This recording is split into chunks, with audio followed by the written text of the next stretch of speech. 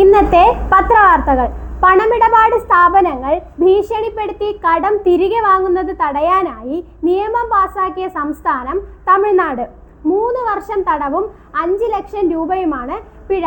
നിലവിലെ Tamil Nadu CM MK Stalin, governor RN Ravi. അടുത്തിടെ ബ്രിട്ടന്റെ ഉന്നത പുരസ്കാരമായ the commander of the order of the British Empire നേടിയത് ലീന നായർ.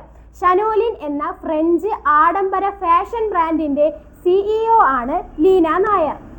അണ്ടർ-23 ദേശീയ 3x3 ബാസ്കറ്റ്ബോൾ ചാമ്പ്യൻഷിപ്പിൽ വിജയിച്ച വനിതാ ടീം കേരളം. ഷൂട്ടിംഗ് ലോകകപ്പ് 10 മീറ്റർ റൈഫിൾസിൽ സ്വർണം നേടിയ ഇന്ത്യക്കാരി സുരുചി സിംഗ്. മ്യൂണിക്കായിരുന്നു വേദി. 2025 വനിതാ ഹോക്കി ലോകകപ്പിന്റെ വേദി ചിലിയിലെ സാന്റിയാഗോ.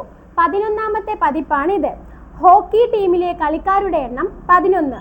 കേരള കായിക വകുപ്പ് മന്ത്രി V അബ്ദുറഹ്മാൻ, കേന്ദ്ര കായിക വകുപ്പ് മന്ത്രി മൻസുഖ് മാണ്ഡവ്യ. കപ്പൽ അപകടങ്ങളെ സംബന്ധിച്ച് ഹൈക്കോടതിയെ സഹായിക്കാൻ കേരള ഹൈക്കോടതി നിയമിച്ച അമിക്കസ് ക്യൂറിയാണ് അഡ്വക്കേറ്റ് അർജുൻ ശ്രീധർ. നിലവിലെ കേരള ഹൈക്കോടതി ചീഫ് ജസ്റ്റിസ് നിതിൻ മധുകർ ജാംദാർ, കേരള തുറമുഖ വകുപ്പ് മന്ത്രി V വാസവൻ, കേന്ദ്ര തുറമുഖ വകുപ്പ് മന്ത്രി സർബാനന്ദ സോനോവാൾ. അടുത്തിടെ കേരള തീരത്തോട് ചേർന്ന് അപകടത്തിലായ കപ്പലുകളാണ് വാൻഹായ് 503 MSC എൽസ 3.